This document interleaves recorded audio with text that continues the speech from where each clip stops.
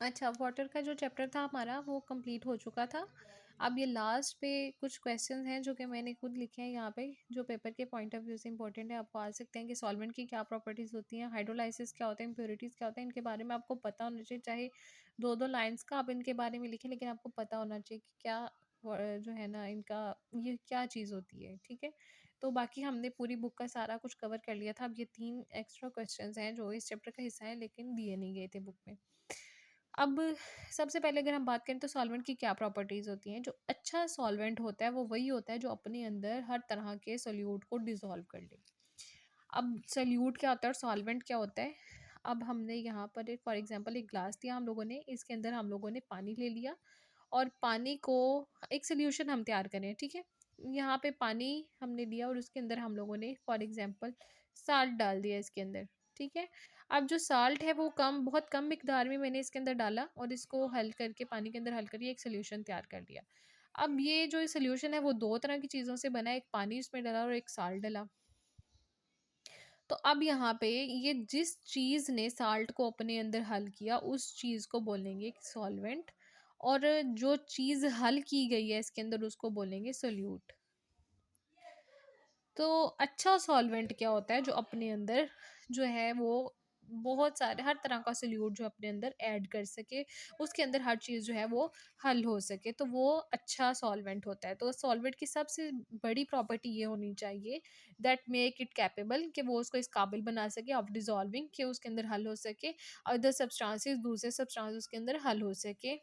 और सॉल्वेंट की क्या जो प्रॉपर्टीज़ हो सकती हैं वो मेन क्या है, उसकी पोलैरिटी, उसकी सॉल्युबिलिटी, उसके बाद उसकी विस्कोसिटी, उसके बाद उसका बॉइलिंग पॉइंट और उसका सरफेस टेंशन। ये हैं उसकी कुछ प्रॉपर्टीज़ जो एक सॉल्वेंट की होनी चाहिए।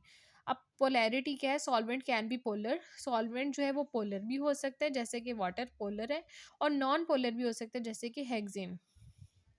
ठीक है, तो जो सॉल्वेंट है वो पोलर भी हो सकता है और नॉन पोलर भी। ठीक है, और affecting what they can dissolve, इस चीज़ पे इफेक्ट करता है कि वो अपने अंदर क्या चीज़ हल कर रहा है या करनी है उसने। ठीक है, उसके बाद है उसकी solubility, the ability to dissolve solute.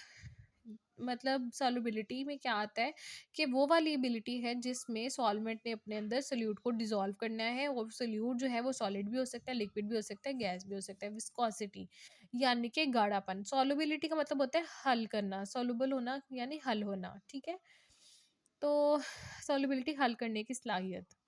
उसके बाद है विस्कोसिटी यानी गाढ़ापन।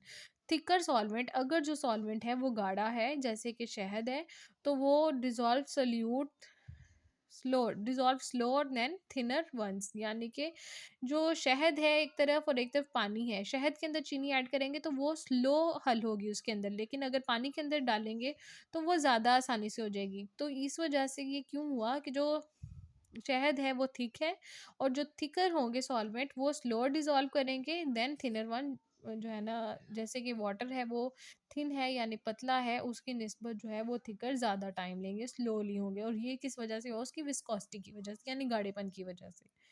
अब जो बॉइलिंग पॉइंट है नेक्स्ट, इसकी प्रॉपर्टी है सॉल्वेंट की। Boiling point effect evaporation rate and usability. Boiling point क्या करता है, उसका इफेक्ट करता है उसकी इवेपोरेशन को और उसकी यूजेबिलिटी को भी। उसके बाद नेक्स्ट है लास्ट इसकी प्रॉपर्टी, वो है सरफेस टेंशन।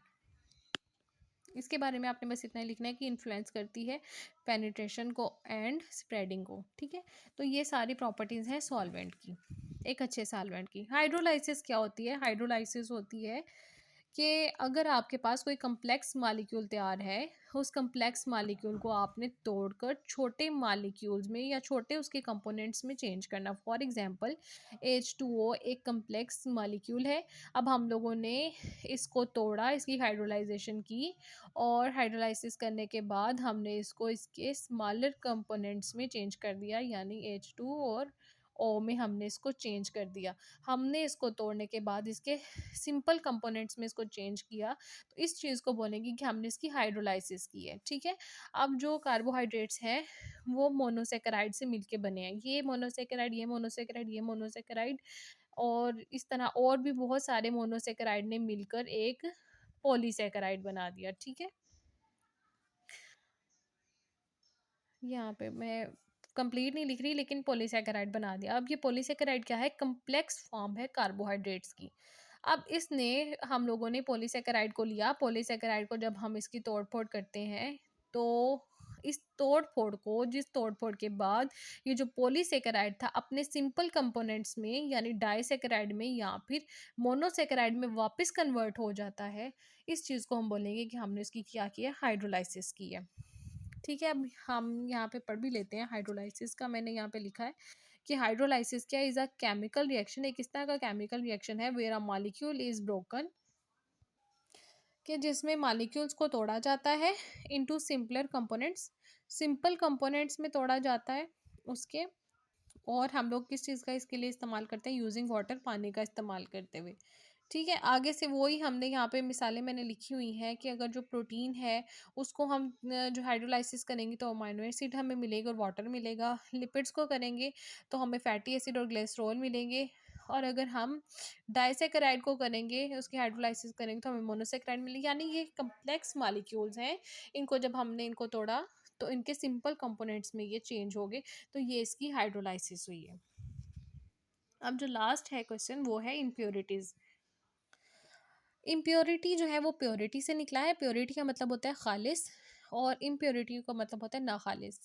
अब अगर कोई चीज़ खालिस है उसके अंदर कोई इस तरह की चीज़ हल कर दी जाए जो कि इसके अंदर नहीं हल करनी चाहिए थी, वो उसकी क्वालिटी को डिस्टर्ब करती है। ठीक है, तो अगर किसी चीज़ के डलने से उसकी प्योरिटी, उसकी क्वालिटी डिस्टर्ब हो रही है तो हम उस चीज़ को बोलेंगे कि उसकी इम्प्योरिटी। एक क्वेश्चन आपका ये बहुत इंपॉर्टेंट है इसके अंदर कि इम्प्योरिटीज़ क्या होता है, इसकी डेफिनेशन तो मैंने यहाँ लिखी है, लेकिन इसका कंप्लीट क्वेश्चन आपका जो मकतबा दानियाल की बुक है उसमें पेज नंबर 73 पे यहाँ पे लिखा हुआ है इम्प्योरिटीज़ इन वाटर। तो वहाँ पे डेफिनेशन जो मैंने लिखी है वो करने के बाद या गूगल से डेफिनेशन निकाल के वो करने के बाद बाकी का क्वेश्चन यहाँ से आप हल करेंगे इसको, और ये सारा यहाँ तक आप लोग करेंगे।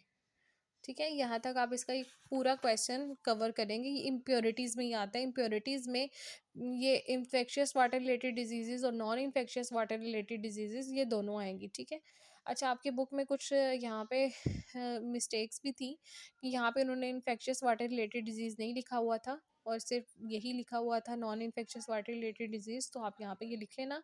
उसके बाद यहाँ पे भी और यहाँ पे भी उन्होंने सेम लिखा हुआ था इन्फेक्शियस वाटर रिलेटेड डिजीज़ेज़, और यहाँ पे भी इन्फेक्शियस वाटर रिलेटेड डिजीज़, तो यहाँ पे ये नॉन आना है। ठीक है, तो ये कुछ मिस्टेक्स हैं, ये आप क्लियर कर लेना। तो इम्प्योरिटीज़ के बारे में मैंने सिंपल बता दिया कि अगर हम किसी सब्सटेंस के अंदर कि वो सब्सटेंसेस होते हैं कि जो अगर किसी चीज़ में डल जाए तो वो उसकी क्वालिटी को ख़राब कर दें, इफ़ेक्ट करें। तो इम्प्योरिटीज़ आर सब्सटेंसेस, ये वो substances present in a material, किसी मटेरियल में मौजूद होते हैं और प्रोडक्ट या किसी प्रोडक्ट में that can effect it's quality, जो इसकी क्वालिटी को ख़राब कर सकते हैं। अब वो इम्प्योरिटीज़ जो हैं वो 3 तरह की हो सकती हैं, फिज़िकल भी हो सकती हैं, केमिकल भी हो सकती हैं और बायोलॉजिकल इम्प्योरिटीज़ भी हो सकती हैं। अब केमिकल इम्प्योरिटी का क्या मतलब है कि अगर किसी चीज़ में केमिकल के डलने से उसकी प्योरिटी ख़राब होती है, वो इम्प्योर होता है, अनवांटेड केमिकल्स उसके अंदर डल जाते हैं, तो जैसे कि पानी के अंदर हैवी मेटल्स डल जाते हैं, तो वो केमिकल इम्प्योरिटी होती है उसकी। ठीक है, लेकिन अगर पानी के अंदर ही वो डस्ट के पार्टिकल्स ऐड हो जाते हैं या फिर फूड के अंदर हमारे जो खाना होता है उसके अंदर गंद के पार्टिकल्स ऐड हो जाते हैं, तो वो अनवांटेड पार्टिकल्स हैं। लेकिन जो अगर सिर्फ डस्ट वगैरह है, इस तरह के पार्टिकल्स हैं, तो उनको बोलेंगे फिजिकल इम्प्योरिटीज़। लेकिन अगर अनवांटेड केमिकल्स होंगे तो वो केमिकल इम्प्योरिटीज़ होंगी।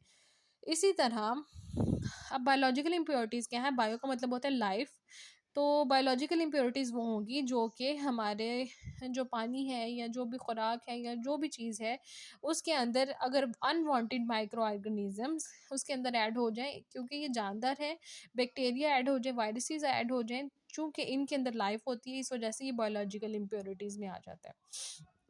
तो यहाँ पे आप इम्प्योरिटीज़ का ये क्वेश्चन करने के बाद, मतलब ये इतना सा लिखने के बाद, तो आपने इम्प्योरिटीज़ का क्वेश्चन यहाँ से भी कवर करना है।